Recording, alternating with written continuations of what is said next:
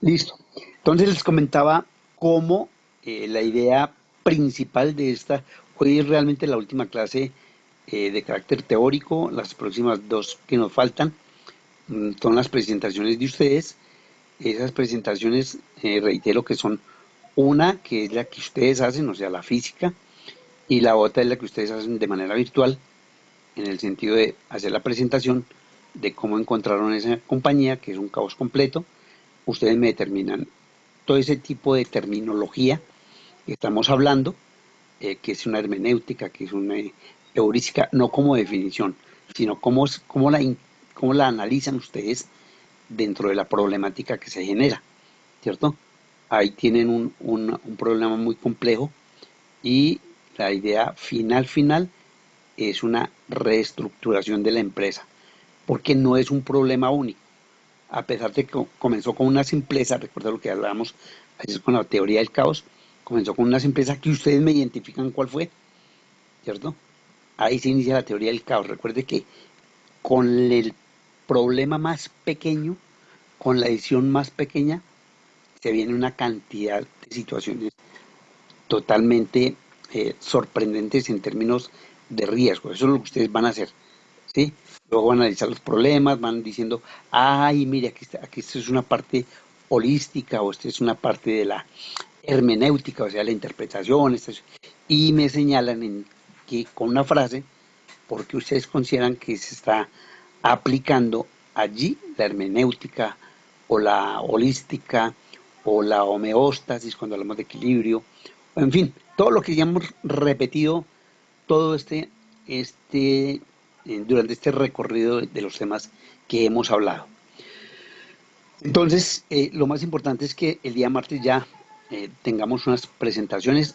Yo voy a seleccionar, esta vez no va a ser de acuerdo a cómo me lo entregaron, sino yo voy a seleccionar cada grupo. En la medida en que se van presentando, yo les digo, tal grupo sigue, para que no haya esa situación de que primero los de sistemas, después los de industrial o el grupo uno. No, no, yo los voy seleccionando en la medida en que comencemos a hacer las presentaciones. Bueno, muchachos, ¿sí está claro? Por favor. Sí, señor. Bueno, Julie. Bueno, entonces vamos a comenzar con la última parte de nuestra teoría, ¿cierto?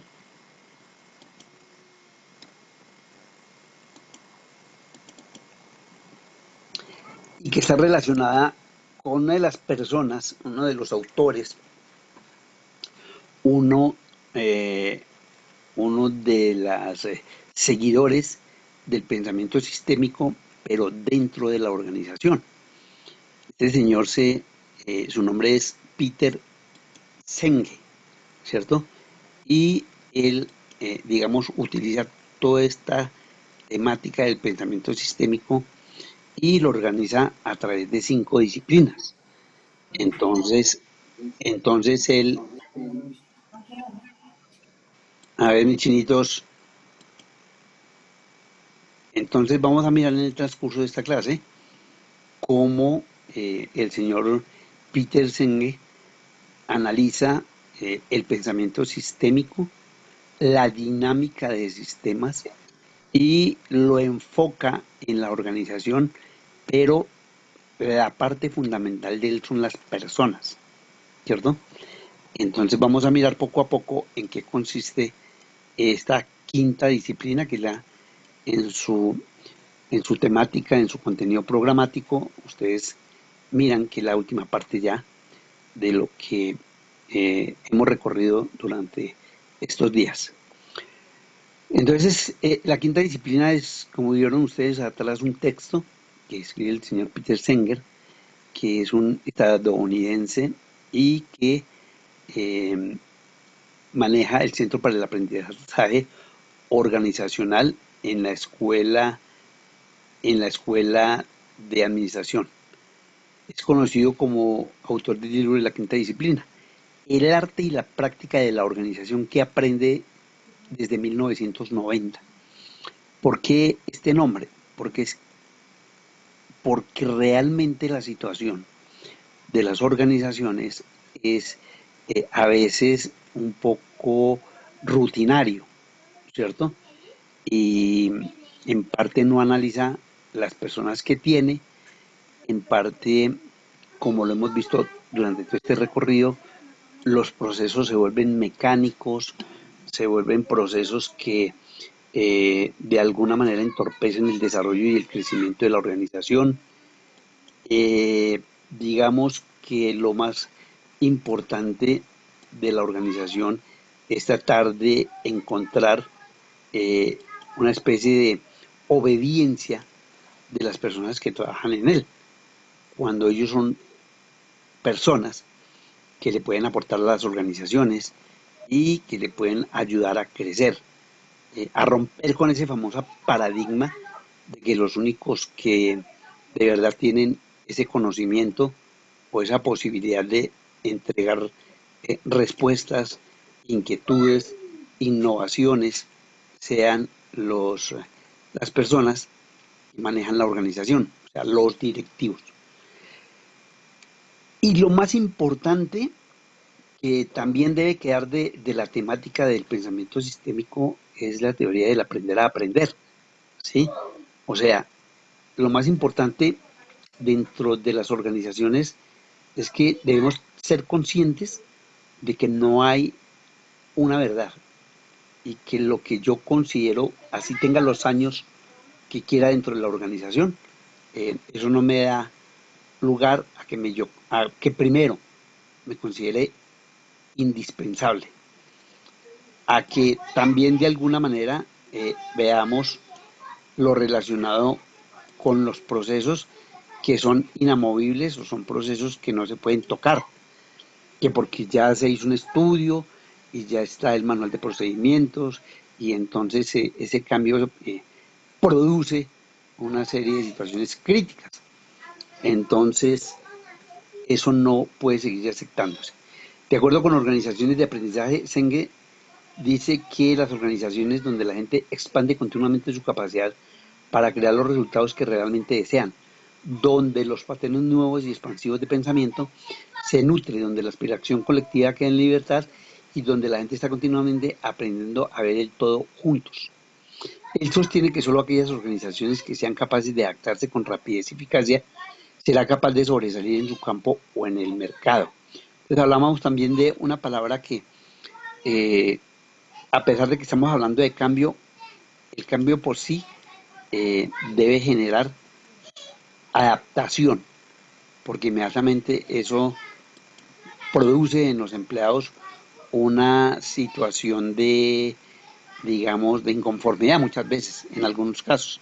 Ya nosotros hemos aprendido, pienso yo, con la modernidad, con la cibernética, con los ordenadores, con los computadores, que realmente no podemos mantenernos en situaciones que no se pueden cambiar, ¿cierto? Que se mantienen. Entonces eso de alguna manera no permite que haya esa situación de innovación. El señor Senge habla de la organización inteligente, ¿cierto? Donde la gente expande continuamente su actitud para crear los resultados que desean, donde se cultivan nuevos y expansivos patrones de pensamiento y donde la gente aprende a aprender, enfatizando que la capacidad de aprender con mayor rapidez que los competidores quizás sea la única ventaja competitiva sostenible. O sea, entre más rápido la organización entienda que debe cambiar y que ese cambio requiere de un nuevo aprendizaje, eso hace que la organización esté lista para competir, para poder entrar a enfrentar a las organizaciones similares o organizaciones que de alguna manera buscan tomar el mercado que nos pertenece. Esos mercados, debido a la globalización, pues en este momento son bastante complicados de lograr cubrirlos. ¿Por qué razón? Porque de alguna manera también nosotros hacemos parte de ese mercado y estamos enfrentados a una realidad. Eh, digamos que eh, en la propuesta de Senge es construir organizaciones inteligentes que se cultiven y dominen a través de 5 disciplinas que se desarrollan por separado. Entonces, cada cual dará una dimensión para la construcción de organizaciones con auténtica capacidad de aprendizaje, aptas para perfeccionar su habilidad y alcanzar sus mayores aspiraciones. O sea, en este momento lo que estamos buscando son organizaciones que acepten, primero que todo, el cambio. Eso ya lo hemos comentado. Pero lo más importante del cambio es que estemos dispuestas a aprender, que definitivamente no somos, digamos, personas con la suficiente capacidad para motivar a los demás, porque se necesita un líder y ese líder tiene que ser creíble. Con respecto a esto, ¿ustedes creen que en algún momento las organizaciones sí están dispuestas a cambiar antes de continuar? ¿Sí creen eso? Cuéntenme. ¿Estén dispuestas o que estén obligadas? Digamos que obligadas en términos de la situación y el entorno, pero recuerde que no todas las organizaciones están dispuestas a cambiar. Ahí, digamos, lo que en un momento determinado se pone en contradicción. ¿Ustedes qué piensan?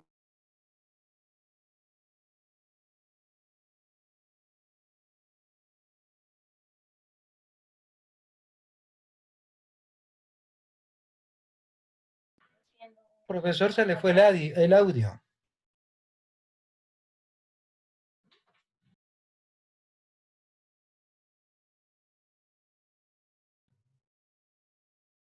Profesor, tiene apagado el audio. Sí, ya. Cuando estaba señalando la diapositiva se me llevó. Ya, ahora sí, ¿cierto? Sí, señora, ahorita Ah, sí. bueno. Entonces, eh, la realidad, las personas están dispuestas al cambio, no obligadas. O sea, podría haber una discusión. Si una compañía, una organización no cambia por cualquier circunstancia, o sea, nadie la obliga.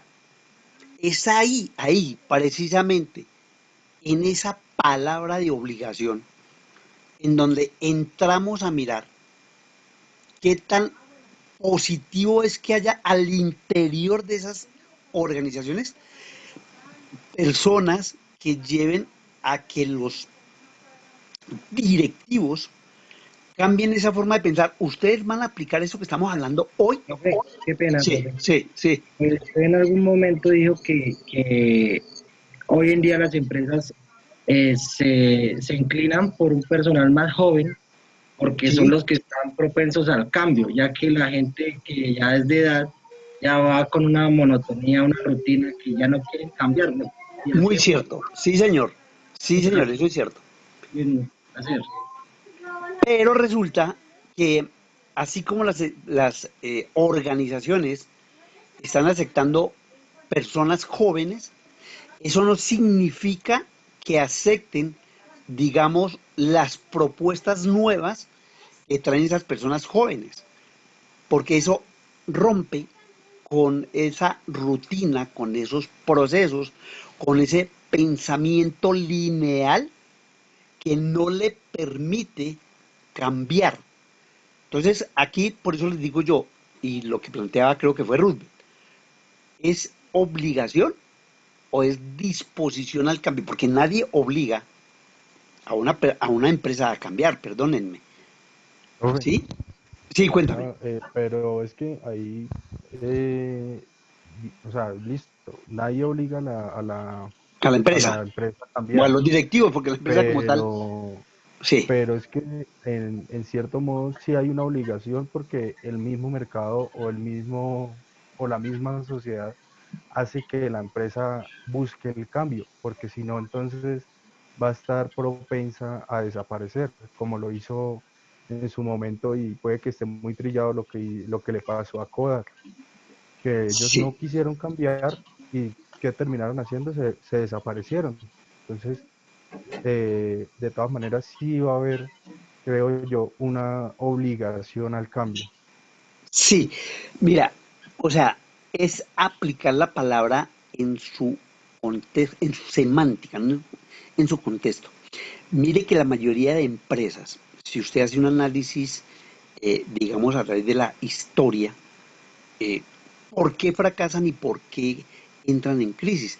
Precisamente, porque no cambian, porque creen que sus procesos los ha llevado a una situación tal que no necesitan cambiar. Eso lo hablamos ayer, cuando infortunadamente, digamos, las personas, porque eso son las que hacen la empresa, en un momento determinado se quedan con sus procesos y se quedan con sus normas y se quedan con su pensamiento en términos de organización. O sea, que estén obligadas, entre comillas, a cambiar porque si no perecen, ¿cierto? Es una cosa. O sea, si usted no cambia como persona, nadie lo obliga a cambiar. Pero si usted no lo hace, pues necesariamente va a entrar en una etapa de crisis y una situación en la que va a enfrentar una serie de problemas. O sea, es la diferencia entre el obligar a ser y obligar a hacer. ¿Sí? Entonces, repito, aquí está un poco la clave de de lo que vamos a discutir en el día de hoy. Las empresas, a través de sus propios, las propias personas que la integran, son las que llevan a que haya ese cambio. Pero dentro de la organización también van a encontrar personas que son reacias al cambio. Ese es un término popular, pero un término que se viene utilizando desde muchísimos años atrás. La mayoría de personas somos reacios al cambio. No nos gusta cambiar. Alguno de ustedes utilizó ayer o antes una palabra sobre la situación de confort. O sea, nos acomodamos tanto a la situación que nos da una pereza terrible salir de esa situación. Entonces, ¿qué es lo que persigue el señor Senge con este libro y con estas propuestas que él hace? Que las organizaciones deben ser inteligentes, no en el sentido de los sistemas, ¿no? Es algo que debe quedar claro. Hay edificios inteligentes, pero los edificios inteligentes no significan que las personas que están trabajando allá sean personas que, digamos, también están a la misma velocidad de cambio que las propias máquinas, ¿sí? Y entonces lo que plantea Senge es, volvámonos inteligentes, hagamos que las organizaciones sean inteligentes. Y por eso él propone estas 5 disciplinas que vamos a ver a continuación. Dice, con el fin de ser una organización de aprendizaje, debe haber 2 condiciones presentes en este momento. El primero es la capacidad de diseñar la organización para que coincida con los resultados esperados o deseados. Y segundo, la capacidad de reconocer cuando la dirección inicial de la organización es diferente del resultado deseado. Mírelo acá y siga los pasos necesarios para corregir este desequilibrio.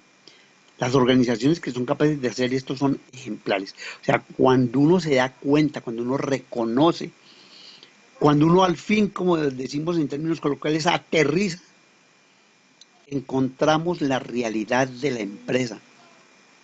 Necio sería continuar con esa situación.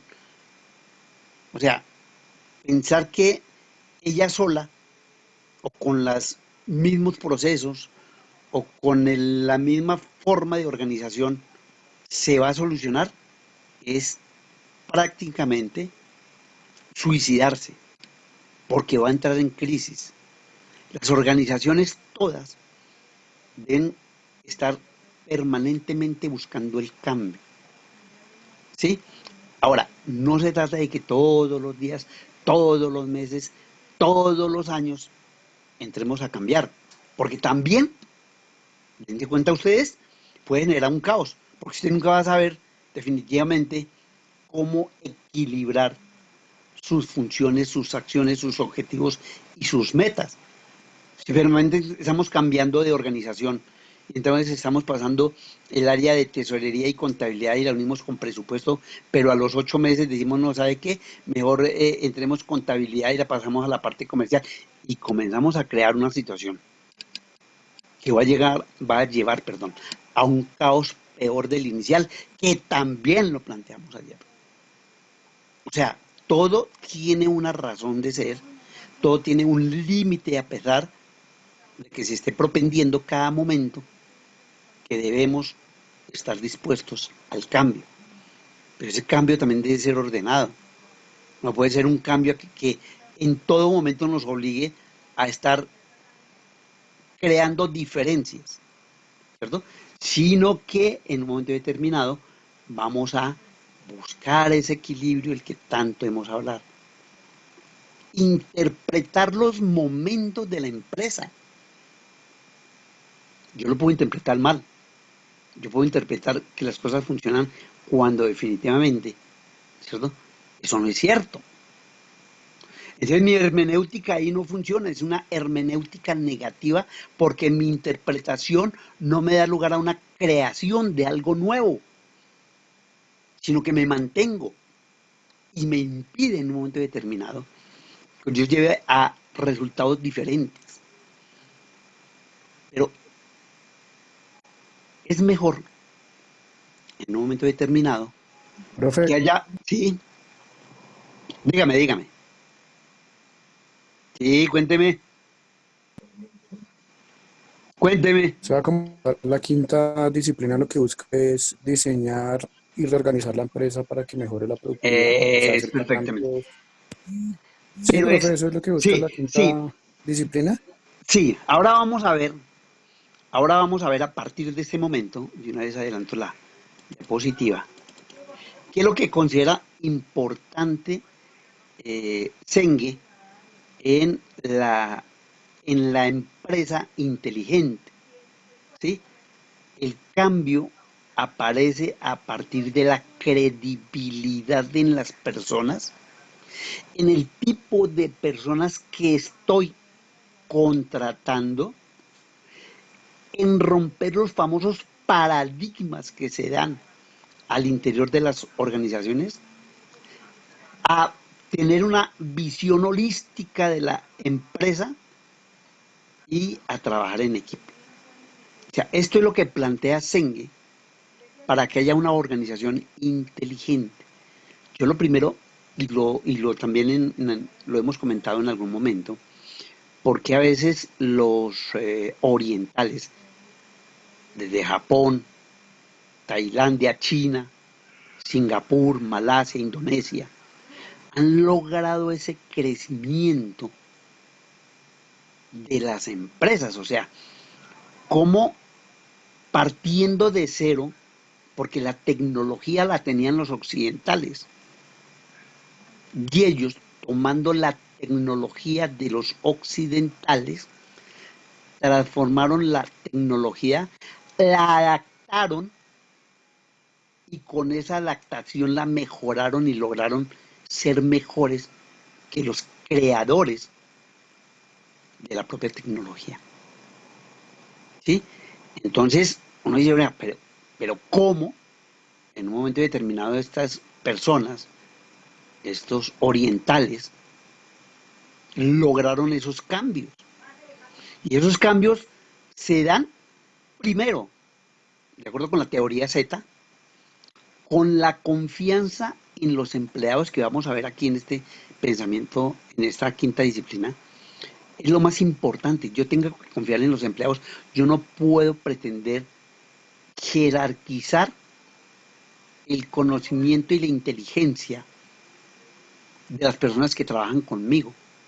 O sea, si es un operario, entonces su nivel de inteligencia no le permite presentar algo innovador, nuevos procesos, mejores sistemas. Porque yo como soy un superior en cargo, entonces no puedo aceptar que una persona de menor rango pueda presentar algo mejor que lo que yo estoy haciendo. La confianza, ¿cierto? Es parte fundamental de la teoría Z.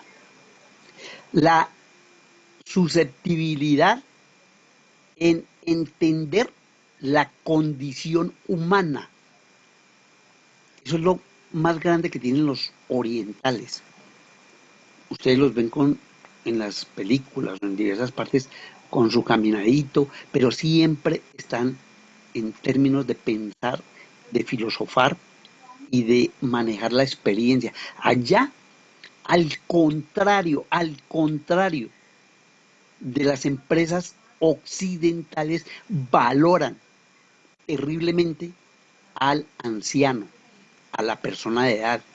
Son personas que prácticamente ahí sí son intocables dentro de la organización en el sentido de que su experiencia los lleva a que puedan demostrar frente a los jóvenes esa sabiduría. Miren que los orientales siempre se presentan como las personas que manejan la sabiduría, la templanza, el espiritualismo en términos prácticos, no en términos esotéricos y tontos, ¿sí? Sino en términos prácticos, en términos de entender a los demás, de mirar en los demás alguien que nos puede ayudar, alguien que nos puede comprender y alguien al que yo puedo enseñar y al que yo le puedo aprender, que yo creo en él.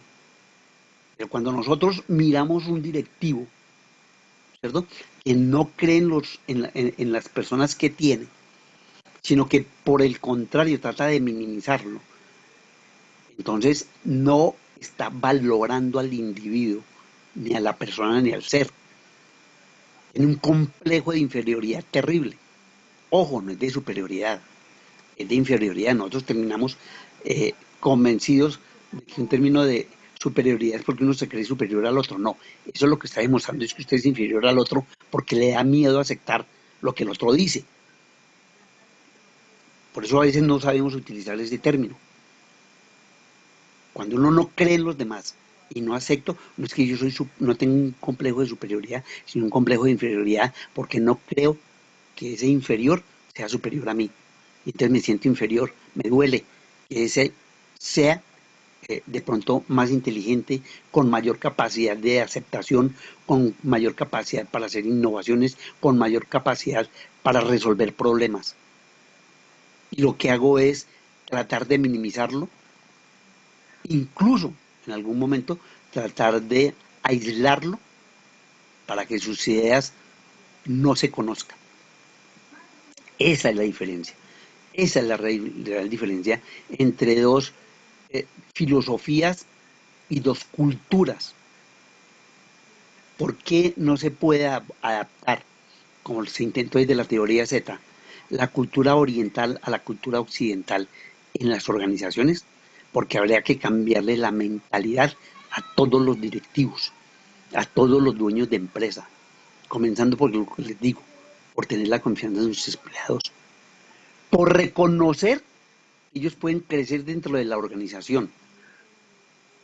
En Japón, el que comienza como mensajero perfectamente puede terminar algún día de su vida como gerente o como director de una organización en Japón. Toda la carrera la hacen en una empresa, no como nosotros acá. Nosotros, en la medida en que vamos aprendiendo y adquiriendo conocimiento, lo que estamos buscando es cambiarnos de empresa, porque yo quiero mejorar, porque donde estoy uno se da cuenta que se establecen las barreras que le cuento. Entonces, de la única manera que yo puedo crecer es comenzar a buscar otra empresa, porque no me valoran dentro de la empresa.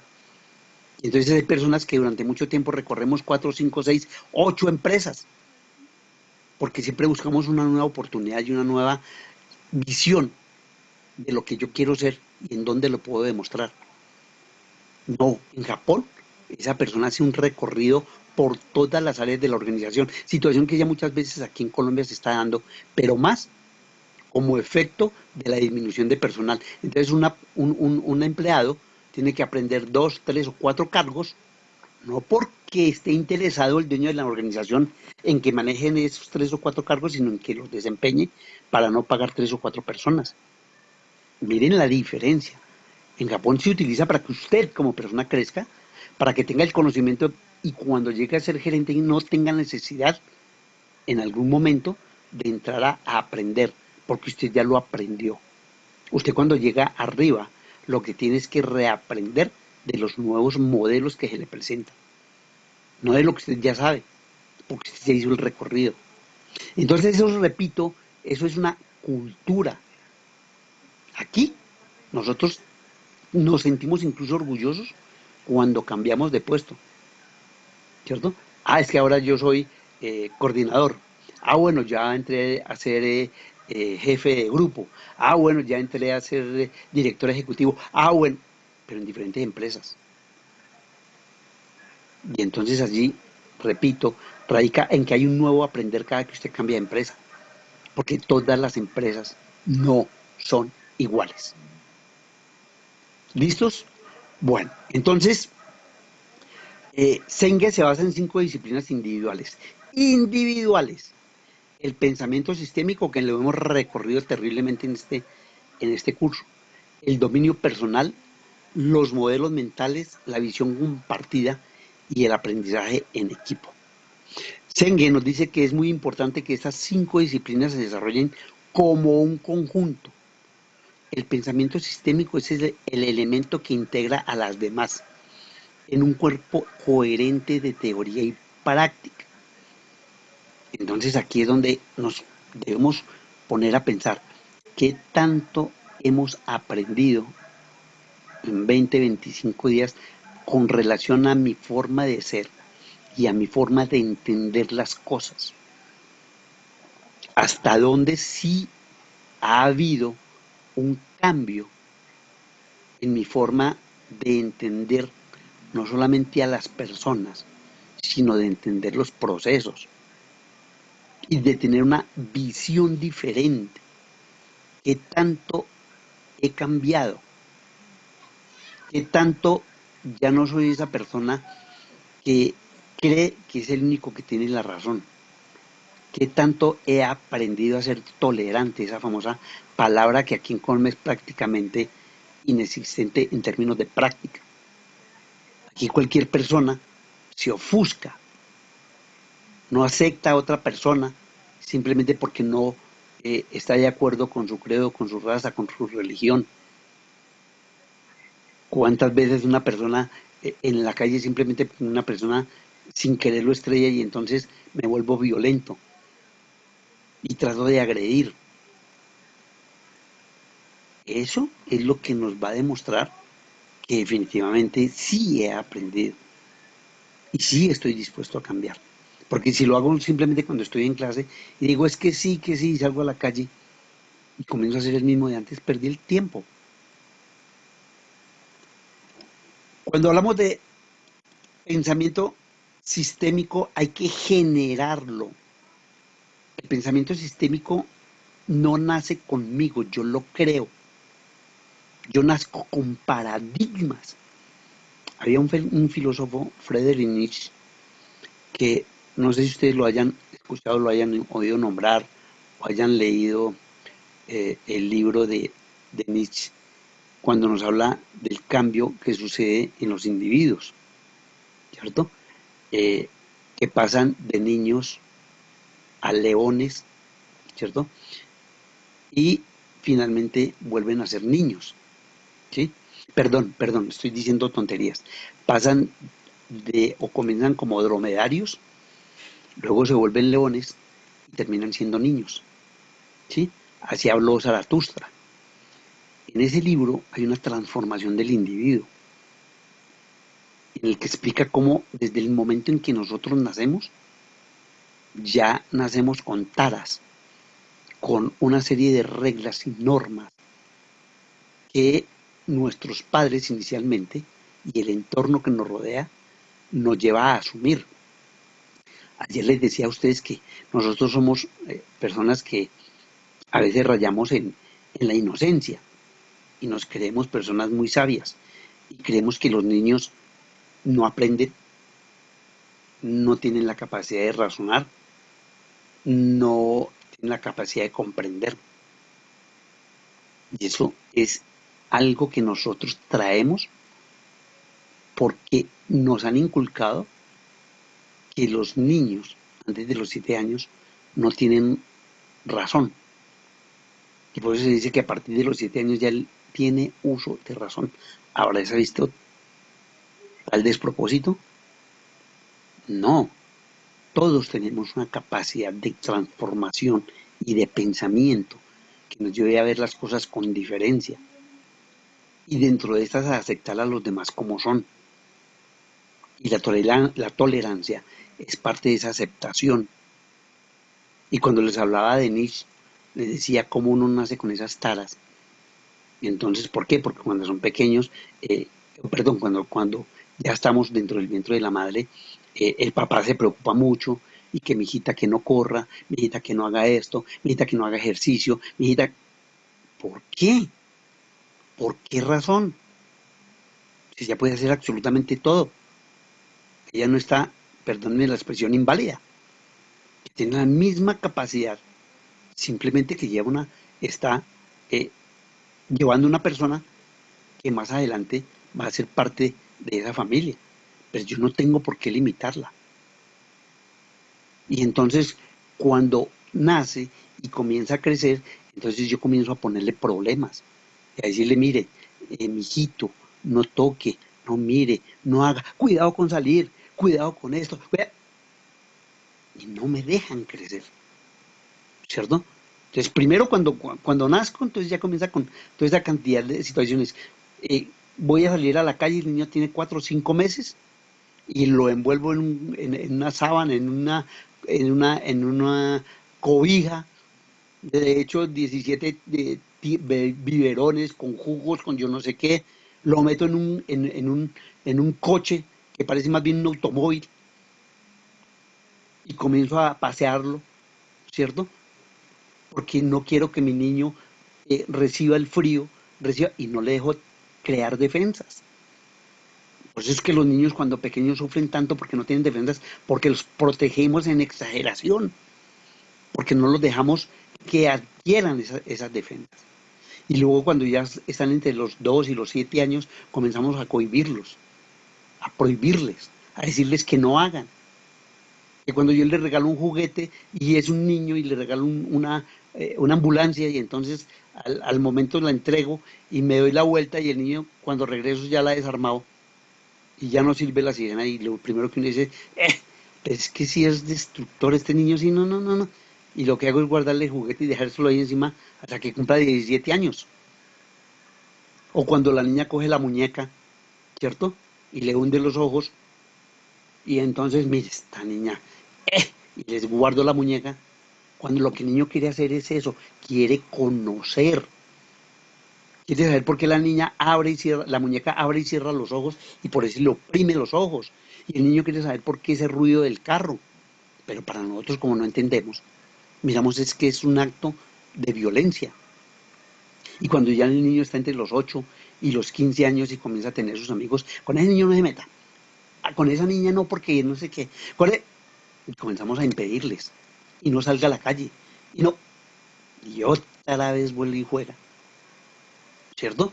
Entonces es un constante impedimento, porque los únicos que tenemos razón somos los padres, porque nosotros ya vivimos la vida, y los niños y los jóvenes no. Entonces, ese es el dromedario que plantea Nietzsche. Y cuando el muchacho ya cumple 16, 17, 18 años, se revela y no quiere aceptar absolutamente nada y grita y patalea y no quiero hacer lo que usted me diga. Y entonces la mamá y el papá desesperados que ese niño. ¿Qué vamos a hacer con ese niño? Mire a ver usted qué hace. Metámonos en un internado. Castíguelo porque parece usted el papá. Cuando el niño ya no quiere seguir recibiendo órdenes. Y entonces por eso se revela. Y entonces por eso no cree en sus padres. Quiere hacer lo que él considera que debe hacer. Y se vuelve un león. Y finalmente se libera de todas esas torturas que nosotros de alguna manera le estamos infringiendo. ¿Para terminar qué? Para terminar creciendo y volviendo a ser un niño. Todos los ancianos terminan así. Se vuelven necios, se vuelven agresivos y se vuelven personas que no aceptan absolutamente nada. Miren un abuelito y verá que es ver a un niño cuando está en sus primeros años de crecimiento. Entonces ese pensamiento de Nietzsche, y lo traigo a colación, para darles un ejemplo de cómo uno mismo desarrolla y crea ese pensamiento y debe luchar y debe pelear por las cosas que uno quiere. Es lo que permite que las empresas realmente crezcan.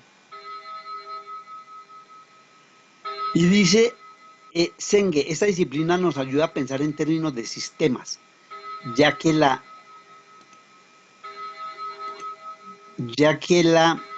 realidad funciona en base a sistemas globales. Para ello es necesario que comprendamos cómo funciona el mundo que nos rodea, para reducir nuestro grado de ansiedad en relación a la complejidad del mundo. Desde pequeños se nos enseña a aislar los elementos que integran la realidad, asignando siempre una causa a cada efecto en cadenas más o menos complejas. Por ejemplo, tomemos el caso de un niño que lanza una piedra y rompe un vidrio. ¿Por qué se rompió el vidrio? Muchos contestarán que porque un niño tiró una piedra y todos quedan contentos con esa explicación. A este tipo de pensamiento se le llama explicación lineal o pensamiento lineal. En un extremo encontramos la causa y en el otro el efecto. Y lo que he querido que entendamos. Debemos romper con ese pensamiento lineal y quedarnos con la primera respuesta sin profundizar en ella, sin intentar comprenderla. Debemos ser leones, debemos estar permanentemente buscando la verdad, la realidad y el cambio. Y eso solo se logra si nosotros en algún momento no nos volvemos conformistas. Hay otra disciplina para Senge que es el dominio personal. Mire que este es uno de los más importantes.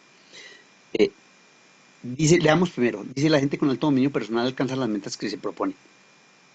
Donde la gente manifiesta sus pensamientos para exponerlos a la influencia de otros, porque ha llegado el momento en el cual, mediante un comportamiento maduro, podemos tomar los comentarios de los demás para ampliar nuestro modelo y nuestra representación del mundo. Sí, hola. Aprender a reconocer nuestras verdaderas capacidades y los de la gente que nos rodea. Solo si conocemos quiénes somos en realidad, qué queremos, qué es lo que somos capaces de hacer, tendremos la capacidad para identificarnos con la visión de la organización, de proponer soluciones creativas y de aceptar el compromiso de crecer cada vez junto con la organización. Mire que aquí uno muchas veces no cree en sí mismo. También es algo que les he comentado en el sentido de que nosotros somos iguales todos, tenemos la misma capacidad, pero cuando enfrentamos situaciones, si esto fuera presencial, por ejemplo, ¿cierto? Y yo en un momento determinado, a ver,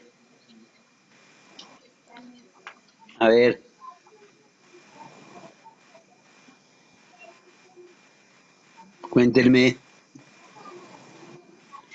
cuando nosotros, si estuviésemos en ese momento, Ya sacamos, ya vengo. bueno, ¿para dónde va?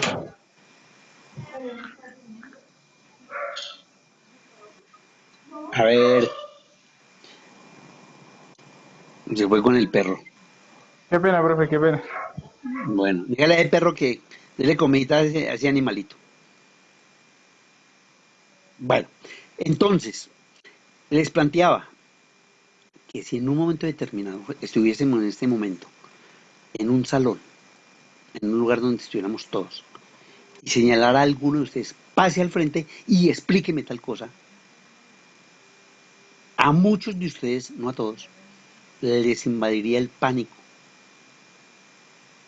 les sudan las manos, la mente se bloquea. La dedocracia.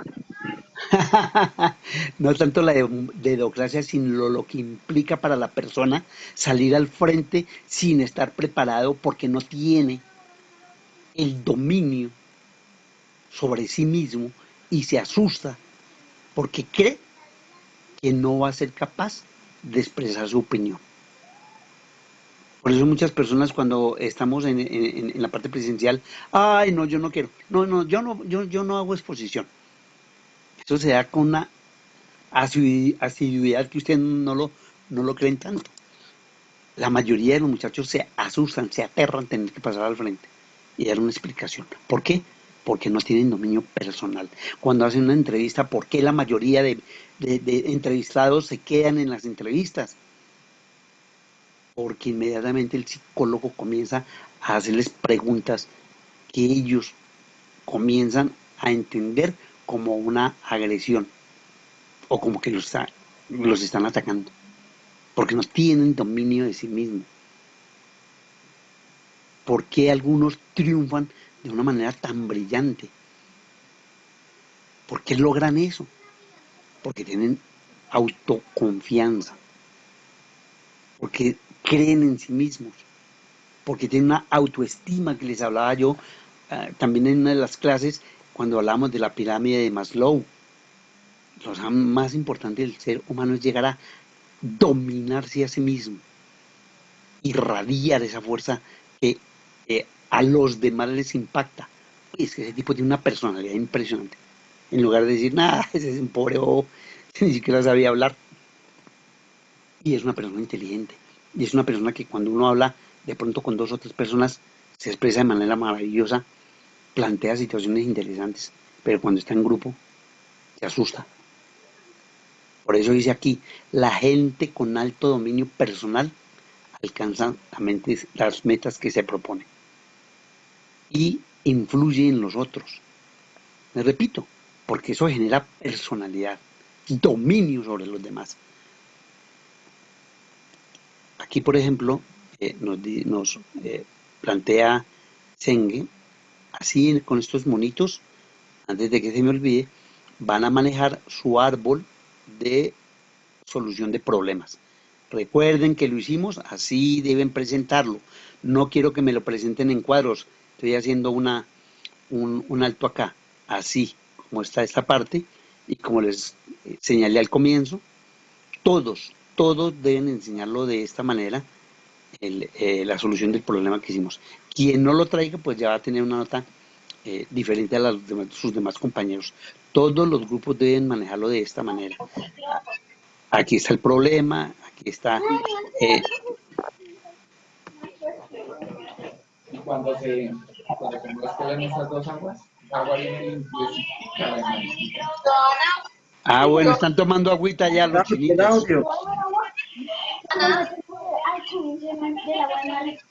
Joana. Hola. Ahora estuvimos con su mamá y todo eso y la ¿No estuve en un río? Sí, en una playa, ¿sí? Y nos subimos al río y en la ciudad. Cuando fuimos a Puerto Escondido con mi papá y mis abuelitos. Ay, no. Que nos dieron desnudos más arriba. Nosotros estábamos en el mar, en la playa, en un río.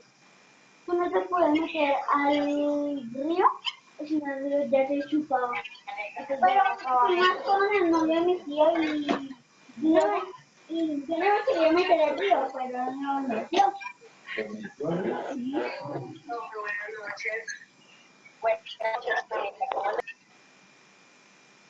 Ah, mis chinitos.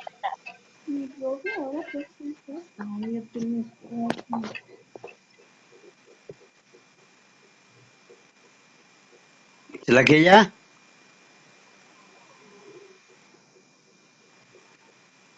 Bueno. Profe, quítele el audio para continuar, profe. Papitos, mamitas, sacudientes, muy buenas noches. Ah, buenas noches, ¿cómo están? A ver, cuéntenme. Buenas noches. Buenas noches. Buenas noches. ¿Quién está ahí? Rosbel, ¿usted puede bloquear los micrófonos? Ya lo apagó. Ya. Nah, como que se han en otra clase. Ah, mi La chico. bloquearon de WhatsApp, profe. Padres de familia. Bueno. Ah, sí, cuéntame. Dígame. Sin darme cuenta, y es que tengo un tema en el colegio también de los niños. Discúlpeme. ¿Cómo? Que disculpe, medicamento, a ver si me lo tomo en el colegio de los niños, entonces estoy pasándome a otro celular para continuar en la clase. Qué pena con ustedes. Bueno, pero dígale a los niños que no vayan a la playa porque está prohibido. Sí, profe, qué pena con ustedes. Bueno, entonces, siguiendo con lo que le estaba planteando, comentando sobre el problema que tienen que presentar, por favor, todos tienen que presentarlo como el árbol de problemas o como el arquetipo circular, que es un ejemplo de estos. Incluso de pronto más tarde les envío un árbol muy similar al que deben hacer para que ustedes puedan tenerlo como ejemplo. Se deben entrar a discutir, a encontrar los beneficios, todo lo que sabemos que hay que hacer, los beneficios, los daños colaterales, las consecuencias, y todo está señalado por flechitas. Si quiere, háganlo con solo flechas, ¿cierto? Esto es también una simbología que presenta Forrester, que es el creador de la dinámica de sistemas. Entonces él tiene 4 símbolos, especialmente que son las conexiones, los conectores, que señala los espacios, ¿cierto? Y aquí no tiene otros 2 que son las áreas y son los abstractos que veíamos allá. Pero manejemos entonces, para no complicarnos la vida, solamente a través de estos flechas circulares. Por favor, quien no me traiga resuelto el problema de esta manera, pues igual va a resolverlo, pero su nota va a ser diferente a los que sí la traigan. Bueno, entonces, acá hay algo que me parece bien importante, porque pelea con lo que les acabo de comentar de Nietzsche, los famosos modelos mentales. Él lo que plantea es que debemos ser, él plantea el nacimiento del superhombre. El superhombre es el que no tiene paradigmas, el que rompe con todos los tabúes, el que es una persona nueva porque tiene un pensamiento diferente, ¿cierto? Esa es la filosofía de Nietzsche.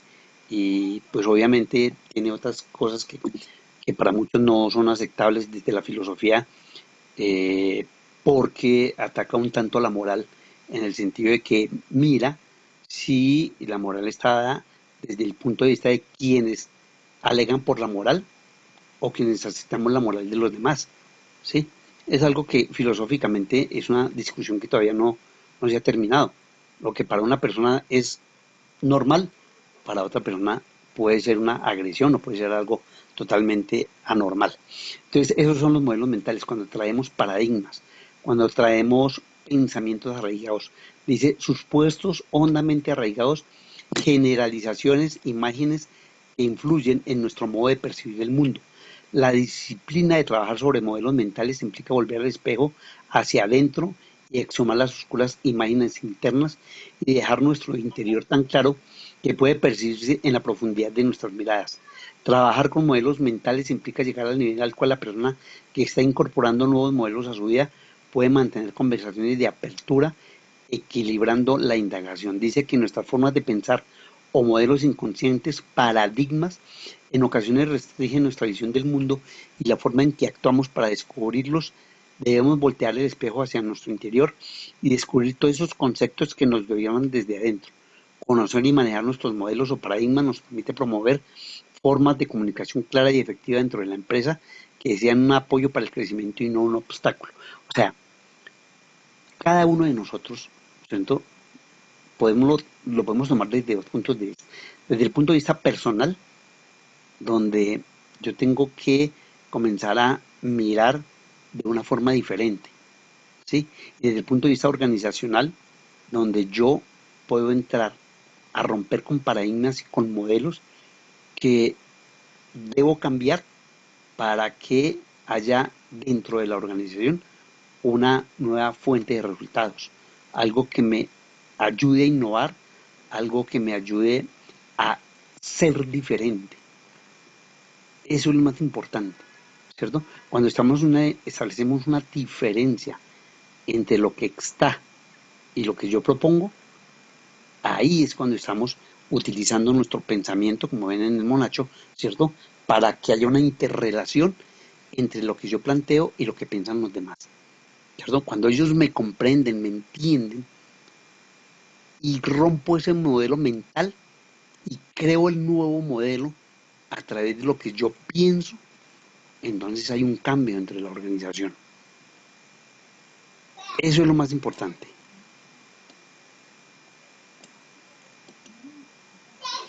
Una visión compartida, la construcción de una visión compartida. La clave para lograr una visión que se convierta en una fuente de inspiración y productividad para la empresa es que todos los miembros de la organización aprendan a descubrir en sí mismos la capacidad de crear una visión personal que dé sentido a su vida y a su trabajo, que apoye la visión central propuesta por el líder. Todas las visiones personales van alimentando la gran visión de la organización y cada uno siente en ella una conexión íntima que lo impulsa a dar todo de sí para convertirla en realidad. Esa visión es lo que nos hace también diferentes de los demás. Es lo que nos inspira, lo que nos da la posibilidad de ser mejores. Cuando establecemos metas, cuando de verdad, y tomo como ejemplo lo que sucede cada año, cuando cada uno de nosotros, en medio de las celebraciones, si tiene la oportunidad de hacerlo, se compromete a hacer cosas diferentes el año que comienza, y a los 2 o 3 meses ya eso se olvida. Es tener una pequeña visión, es no querer cambiar, es sentirse cómodo, es vivir simplemente con lo que tiene y no buscar un mayor crecimiento. Eso es lo que nos hace diferente a los demás, tener esa visión y poderla compartir con los demás, que los demás me entiendan, que los demás me apoyen, y dentro de esos demás no solamente está mi familia, sino está el entorno en el que yo me muevo. Porque si yo comienzo a plantearles a los demás lo que yo pienso, tengan la plena seguridad que inmediatamente va a resultar alguien, usted sí es bien bobo, ¿no? ¿Usted dónde va a hacer tal cosa? Y van a encontrar personas que le destruyen sus sueños, que le destruyen su visión, que no lo dejan crecer. Pero si usted tiene el dominio personal, tiene una visión clara y precisa de lo que quiere, no es que reciba consejo de los demás, sino que usted impone su visión. Ahí es donde usted de verdad va a hacer la diferencia entre uno y otro. Aprendizaje en equipo, este es el famoso trabajo en equipo. Crear y fortalecer a los equipos de trabajo se centra fundamentalmente en el diálogo, en pensar juntos para tener mejores ideas. En el interior de los grupos se dan infinidad de relaciones inconscientes que van determinando la calidad del diálogo, tales como mecanismos de autodefensa, sentimientos de inferioridad o superioridad. Mire lo que les decía yo, deseos de complacer al superior. Aquí cuando hay deseo de complacer al superior es un sentimiento de inferioridad, porque usted cree que está bien con su superior si le gusta complacerlo en todo lo que hace, ¿cierto? Y no tiene la capacidad para enfrentarlo. Ya les he comentado, no para enfrentarlo en términos de reto, sino para enfrentarlo en términos de ideas y en términos de propuesta. Pero usted siempre lo está diciendo que, como usted diga, sí, cómo no, jefe. Usted se siente inferior a él. Usted no cree que puede llegar a emularlo o a ser superior. Todos estos mecanismos funcionan bajo patrones que debemos aprender a reconocer y manejar para reconocer los obstáculos cuando están a punto de aparecer, permitiendo que florezca en todo momento la inteligencia del grupo. Mire, yo tengo que aprender a manejar el grupo, tengo que ser líder, tengo que tratar de alguna manera también en este momento de imponer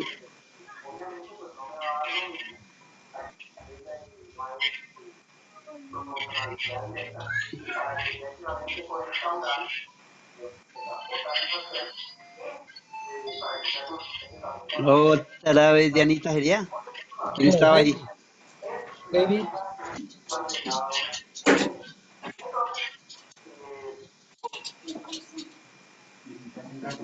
Ay, mis chinitos, hoy están muy inquietos. Entonces, lo más importante del trabajo en equipo, primero, que todos lo hagamos con la certeza de que estamos haciendo lo mejor. Repito, siempre va a haber un líder, pero uno tampoco en un momento determinado tiene que quedarse con lo que dice el líder, porque eso no es trabajo en equipo. Trabajo en equipo es cuando todos participan. Mire que este trabajo que les dejo es complejo, no crean que es sencillo. Por eso les decía, lo dejé para lo último porque es su examen. Y van a tener que discutirlo. porque cada uno va a tener un pensamiento diferente, pero no que uno tome la vocería, imponga de las respuestas y los demás todos, y voy a utilizar una expresión maquiavélica, sigan como borregos al que siempre tiene la razón, que sucede muy a menudo. El trabajo en equipo es que todos compartimos, todos decimos qué pensamos y se llega a la famosa conclusión o al consenso más exactamente. ¿Que va a haber un líder? Sí, señor, siempre va a existirlo, pero el líder no es el que impone, el líder no es el que se vuelve autoritario, el líder no es el que maneja de manera dominante a los demás. Ese no es un líder. Ese es un problema para el grupo de trabajo. Entonces todos tenemos que estar de acuerdo y todos tenemos que entender el problema. Escuchen, todos tenemos que entender el problema. Todos debemos leerlo por aparte, ese problema, no en grupo inicialmente, individual. Cada uno hace sus propias reflexiones, se reúnen y viene el debate y viene la discusión y viene la solución. ¿Cierto? Preséntenlo de manera gráfica, háganlo de pronto si lo quieren hacer, con cuadros, pero que su idea sea tan clara que los demás puedan discutirla. Porque para eso son los trabajos en grupo, para discutir, no para asentir y para aceptar. Eso es lo importante del aprendizaje en equipo. Para entender de mejor manera este concepto, revisemos de manera sucinta los principales elementos de la teoría general de sistemas. Existen algunos elementos claves del pensamiento sistémico entre los cuales tenemos. Los sistemas se dividen a su vez en subsistemas, lo que existe dentro del sistema y suprasistema del universo en que se desenvuelve el sistema. Todo esto que está aquí, que lo plantea Senge, ¿cierto?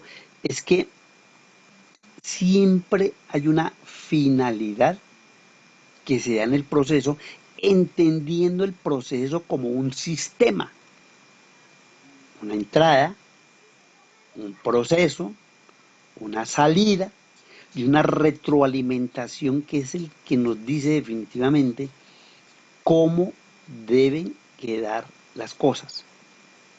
¿Bien o mal? ¿Cierto? Dice, cualquier tipo de sistema tiene como principal propósito la equifinalidad, es decir, todos los elementos que le integran funcionan en base a alcanzar el mismo objetivo o finalidad. Todos los que hacen parte del grupo persiguen lo mismo, obtener un resultado. Los sistemas generan la sinergia entre sus partes, donde la suma de 2 más 2 es mayor a 4, o bien donde la suma total siempre será mayor a la suma de sus partes. O sea, no siempre la suma de las partes nos da el todo. Eso ya lo discutimos en algún momento. Eso ya lo planteó Aristóteles. La suma de las partes no es el todo. Retroalimentación de refuerzo. La retroalimentación de refuerzo permite que el sistema objeto de estudio acelere su crecimiento o su caída, como en el caso del pánico financiero que se produce en los mercados, creando un efecto de bola de nieve hasta cierto límite, donde comienza a producirse la retroalimentación de equilibrio que tiende a conservar un cierto estado de cosas. Para bien o para mal, hay cosas que generan caos, confusión, que en un momento determinado nos lleva a no encontrar rápidamente una solución, donde eso se crece como una bola de nieve, donde se sale de control y donde definitivamente creemos que la situación es crítica y que empeora. Entonces, tal como hemos hablado en muchas ocasiones, hay un elemento regulador, hay un equilibrio, hay algo que nos lleva, la homeostasis, a que busquemos finalmente esa razón, esa definición, ese concepto que equilibre las cosas. Por eso dice aquí, los sistemas cuentan con un elemento regulador de sus procesos para mantener su equilibrio. Aquí está, llamado de homeostasis o de realimentación de equilibrio. Entonces, todos los problemas que nos surjan en la vida, todos tienen una solución. Todos tienen una respuesta. Los problemas no nacen y se quedan como problema. Siempre hay que buscarle una solución. Siempre hay que darles una respuesta o encontrarles más bien una solución. Muchachos, llegamos al final teórico de nuestro curso. Espero de verdad que haya sido constructivo, que nos haya permitido a todos tener una serie de conceptos, una serie de acciones, de actitudes que nos enriquezcan y que ustedes como personas que se están formando tengan esa gran posibilidad de aplicarlos, de construir su propio conocimiento y de no llenarse de conceptos, copiarlos y pensar que eso es simplemente lo que persigue una formación en una universidad. Ustedes están para más y ustedes ya lo han demostrado. Ustedes cuando se sientan a crear son personas muy valiosas y espero que en esta última parte de nuestro taller final hagamos algo que nos enorgullezca y que nos demuestre que definitivamente nuestra capacidad de innovación, de creación, nos favorezca en los resultados finales de este curso. Listo, muchachos. Entonces, nuevamente, para finalizar nuestra reunión del día de hoy, los escucho. ¿Qué piensan de la quinta disciplina de Peter Senge? Cuéntenme.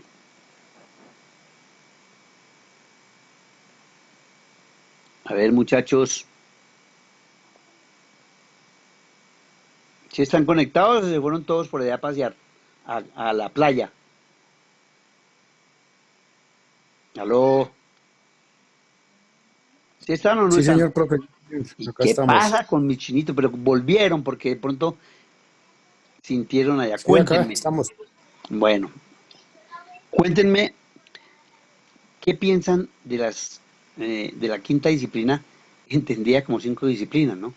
O sea, esa capacidad de cambio, ese dominio que debe tener uno mismo, ese trabajo en equipo, ese rompimiento con un paradigma que hacen que de verdad una organización a través de personas con un pensamiento sistémico tengan una posibilidad de competencia frente a un mercado global que lleva a las empresas a enfrentar retos que muchas veces no están en condiciones de entrar a hacer. Cuéntenme ustedes.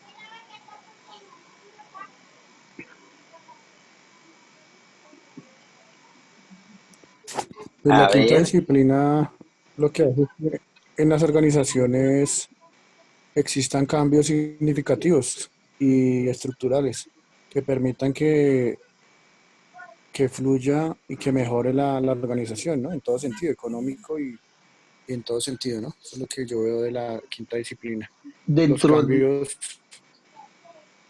Daniel, generan. estoy con Daniel, ¿cierto? ¿Sí es Daniel? ¿Aló? ¿Daniel está hablando? Señor. Sí, señor. Daniel, ¿usted qué considera que haya una persona con un dominio en la organización? ¿Eso es positivo? ¿Es negativo? ¿Es lo que se busca? ¿O usted qué piensa? Pues que un líder no debe ser autoritario, sino debe dar ejemplo y trabajar de la mano de los colaboradores. Entonces opino eso, que un líder no debe ser autoritario.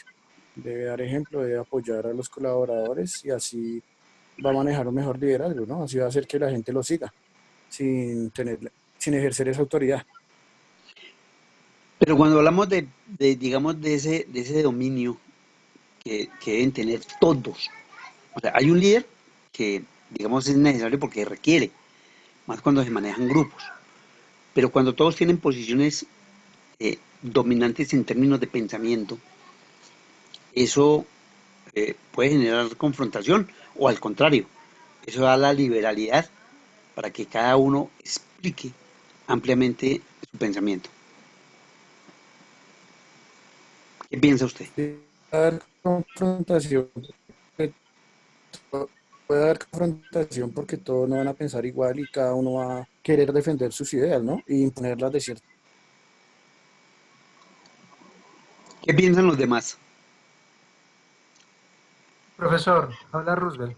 Sí, Roosevelt, ya. Desde mi punto de vista, a ver, hay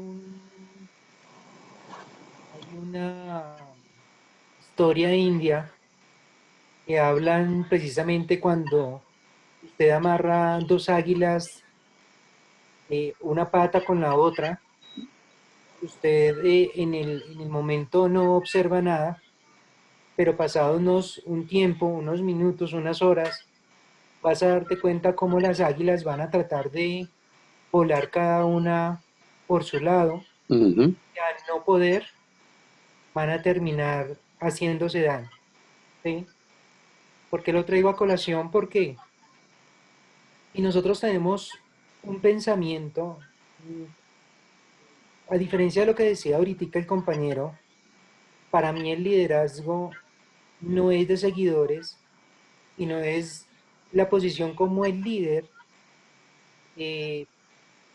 influencia sobre los demás.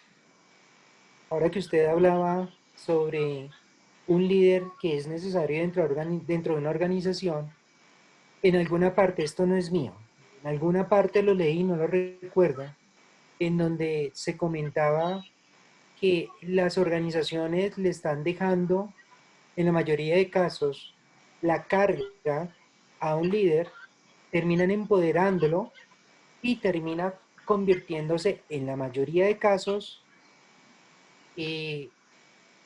la supremacía de un líder y la imposición de un líder frente a grupos de trabajo como usted lo hablaba ahora. Desde mi punto de vista, el modelo de liderazgo ha cambiado dentro de organizaciones, no en todas, pero sí en organizaciones, donde se habla no de trabajo, pasamos de trabajos de grupo, pasamos luego a trabajo de equipo o liderazgo dentro de equipos, y posteriormente se ha estado hablando de desarrollo de equipos, y en donde se convierte, o más bien se trata de transmutar este liderazgo individual a un liderazgo de equipo, ¿sí? Sí. Un liderazgo donde, donde, donde se empiezan a desarrollar personas y no tenemos águilas que están pendientes de cómo picotear al otro, sino estamos hablando de personas que piensan en pos de una visión y de una misión organizacional. Ese es mi comentario. Voy a hacerle una especie de reflexión a lo que se acaba de comentar. Cuando usted habla de las dos águilas, hay una diferencia con lo que estamos planteando. ¿En qué sentido? Usted habla de dos águilas que tienen amarradas las patas, ¿cierto? O sea, están sujetas y necesariamente van a entrar en confrontación y van a terminar peleando. Eso no necesita demasiada reflexión. Cuando hablamos de organizaciones y de personas líderes y un grupo de personas que tienen una posición dominante, no es que se imponga el que más domina, sino es todo lo contrario lo que plantea Senge. Es lograr que todas esas mentes que tienen esa capacidad de influir sobre los demás terminen haciendo un grupo mucho más creativo, mucho más participativo y no que el uno trate de imponer su voluntad sobre el otro. Ahí está el pensamiento sistémico. El pensamiento sistémico lo que me está diciendo es que yo no tengo la razón siempre. Es que yo tengo que aceptar lo que los demás dicen y en algún momento tenemos que equilibrar eso para que el grupo entero tome la misma decisión y comparta la misma opinión. Pero ahí la diferencia con las águilas es que aquí todos no están obligados a obedecer a un jefe o a enfrentarse finalmente. Al contrario, son libres con esa capacidad que tienen de entrar a hacer valer su visión, su pensamiento y lo que plantea frente a un problema. ¿Sí? Esa es a lo que yo quiero llegar. O sea, pueden haber 6 personas, todas supremamente dominantes. Dominantes, ojo, no es ser autoritario, es tener el dominio de sí mismo. Por eso los grandes líderes son personas que tienen una autoestima y una capacidad dominante donde los demás aceptan sus posiciones, pero que están dispuestos a la crítica y a aceptar que hay personas que no están de acuerdo. Ese es el verdadero líder. Y esos son los verdaderos personas que tienen esa capacidad de dominio, que lo que busca es mejorar el grupo de trabajo. ¿Sí es claro, Roosevelt? Roosevelt. Sí es entendible lo que usted acaba de exponer. Sin embargo, pues la pregunta estaba asociada no a, la pregunta fue abierta, no fue enfocada hacia lo que estábamos hablando de, de la quinta disciplina de Peter Senge. Pero, pero yo le hago una pregunta. Sí, claro. Ahora que usted está hablando sobre que estamos consiguiendo personas mucho más jóvenes dentro de las organizaciones, ¿usted piensa que esto es para darle una dirección diferente a una organización o simplemente es para oxigenar equipos de trabajo precisamente? ¿Sí? Porque uno se da cuenta que hay mucha organización donde, bueno, yo no sé qué están haciendo con los mayores de 45, 50 años, porque pues ya uno no los ve dentro de ciertas organizaciones, pero en la mayoría de casos hay mucho joven. Desde mi punto de vista, lo que se está logrando es oxigenar los equipos de trabajo o los grupos, como usted está llamando, aunque yo tengo que, desde mi punto de vista, hay una diferencia entre el grupo y el equipo. Pero Sí, claro, sí, sí, es diferente. desde ese punto de vista, pienso que están es oxigenando a los equipos de trabajo. Ahora, lo que está planteando Peter Senge frente a la quinta disciplina sobre el pensamiento sistémico, ¿no le parece a usted que eso suena un poco utópico? Porque es que al final dentro de las organizaciones se termina haciendo es dentro de una estructura piramidal, se termina siendo el quien está más arriba de uno. Sí, me gusta ese comentario. ¿En qué sentido? Si miramos todo lo que hemos comentado durante todo este curso, el pensamiento sistémico aplicado realmente haría una organización, o sea, donde todos aplicaran el pensamiento sistémico, sería una organización, entre comillas, casi perfecta, ¿sí?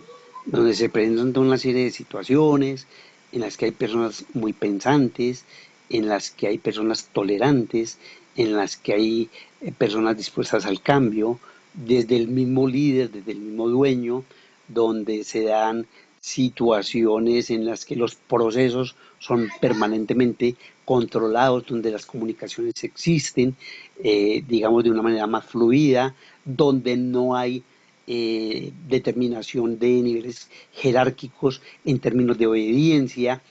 O sea, eso llevado a la realidad, como usted lo acaba de plantear, sí es utópico. Pero precisamente las grandes compañías, recuerden que Peter Senge, miren, ojalá pudieran, yo sé que es imposible que les voy a decir hoy, la semana entrante viene a Colombia a una conferencia Nahud, se me olvidó el apellido, el que vimos antier, que les hablaba de las auditorías y de los cambios dentro de las organizaciones. Viene a Colombia a dar ese tipo de conferencia y donde plantea parte de lo que hemos hablado nosotros en el día de hoy, con la experiencia de haberlo vivido en las grandes multinacionales. Los que han trabajado o trabajan, si han tenido la oportunidad, las multinacionales son otro mundo en términos de las empresas colombianas. Las empresas colombianas tienen una particularidad, que es la de pertenecer a grandes familias. Miren qué empresa grande colombiana no pertenece a una familia. Y cuando ya se cansaron, las están vendiendo a grandes multinacionales. Bavaria con los Santo Domingo, a Saab Miller, El Tiempo con los Santos, a la española esta, se me olvidó el nombre. ¿Sí? Entonces, ¿qué es lo que sucede? Que estas empresas, las grandes multinacionales, sí, digamos, aplican todo este tipo de conceptos con base en experiencias. Y lo que dice el pensamiento sistémico, lo que dice el señor Peter Senge, lo que en su momento plantea Peter Drucker, lo que en su momento también dijo Weaver cuando hablaba de la cibernética, ¿cierto? En la aplicación de los modelos sistémicos en los procesos dentro de las empresas, es el resultado de todo lo que ellos encuentran en sus investigaciones. Y cuando usted plantea, por ejemplo, que las organizaciones están recibiendo a personas jóvenes, ¿sí? Lo que están haciendo es que están mirando que las personas mayores ya están causándoles problemas, entre comillas. Ojo lo que voy a decir, viven enfermas, piden mucha licencia, tienen una cantidad de, entre comillas, mañas, ¿sí? Se vuelven totalmente personas que no cambian, que dominan los procesos y no quieren de alguna manera enseñar, porque parte de la organización lo que busca con los jóvenes es que estos jóvenes entre sí intercambien, se conozcan, y que es así. Ustedes los jóvenes tienen la posibilidad, sin estar pensando en que yo voy a subir, en que el otro va a subir, porque tienen esa mentalidad mucho más libre y mucho más amplia y mucho más liberal que la que podemos tener las personas ya con un amplio recorrido en términos de organización. Entonces no solamente buscan oxigenar, ¿cierto?, sino que realmente hayan personas con nuevas actitudes. Al viejo simplemente lo están pensionando, lo están arreglando de acuerdo con ciertas normas y leyes y los están separando de las organizaciones. Y hay un problema mayor en Colombia, muchísimo mayor en Colombia. Entre los 35 y los 40 años usted ya es un viejo. Y usted va a entrar a trabajar y ya no lo reciben. ¿Sí? Ese es un problema complicado que existe en Colombia y en Latinoamérica. Porque somos los latinos quienes ya somos viejos a los 38, 40 años. Entonces, lo que pretenden las empresas, repito, al renovar su personal, es también oxigenarse, pero la idea es conseguir personas con mejor actitud, más colaborativas, con ideas que pueden entrar a funcionar, porque quienes están llegando a las organizaciones, escúchenme bien, son directivos jóvenes que a los 25, 28 años ya tienen no solamente una profesión, sino una especialización, una maestría, un PhD. Miren ustedes las organizaciones por quiénes están conformadas. ¿Quiénes son los que están en este momento? Miren permanentemente, si miran los informes en televisión, los grandes, los viejos, hemos visto permanentemente ahora a Manuel Hernández, al propio Santo Domingo, a Ardila Lule, a Sarmiento Angulo, ¿sí? Que ya ellos están pensando más bien en el retiro, ¿sí? Pero dejan sus organizaciones a sus hijos. Entonces, de manera un poco contradictoria, no se expanden. Siendo tan poderosas, ¿cierto? No buscan que haya que se vuelvan grandes conglomerados. Holding, que creo que el único en Colombia, si no me equivoco, pueden haber otros, El único holding en Colombia es el de Sarmiento Angulo, ¿cierto? ¿Y el de Santo Domingo, profe? Y el de Santo Domingo, sí, señor. Y el de Santo Domingo, sí, señor. Entonces, dense cuenta cómo las empresas, que es lo que algunos de ustedes también han comentado, son reacias a crecer, a cambiar y se mantienen. Simplemente se mantienen. Entonces es muy difícil cambiar ese tipo de pensamiento, ¿sí? Y como lo plantea Roosevelt, no es tan sencillo entrar desde una parte administrativa a imponer cambios, pero como eso no se hace de la noche a la mañana, y yo no estoy pidiendo que mañana a las 10 de la mañana lleguen a decirle al jefe que no sirve para nada y que no tiene ideas, sino que eso se haga con el transcurso del tiempo, donde usted es protagonista, donde usted llega a ser visto como una persona que tiene un mayor valor en términos de calidad, en términos de pensamiento, y usted va adquiriendo cierto reconocimiento dentro de la organización. Y entonces si todos tenemos el mismo propósito, o sea, nosotros debemos comenzar a cambiarles por nosotros mismos y por los que nos rodean, no comenzar a cambiar al jefe, es comenzar a cambiar a los que están con nosotros. Yo por eso les digo, a nuestro entorno familiar, a nuestros hermanos. Yo pienso que ya en nuestros padres es muy complicado porque ya tenemos los famosos paradigmas, los famosos dogmas, que ya no es muy difícil, muy complejo que a esta altura de la vida ya uno llegue a comenzar a cambiar. Ya estoy muy viejo para cambiar, no, mijito, yo ya no cambio. Pero sí puede uno comenzar a hablar con sus hermanos. Ya ustedes son personas que pueden comenzar a formar.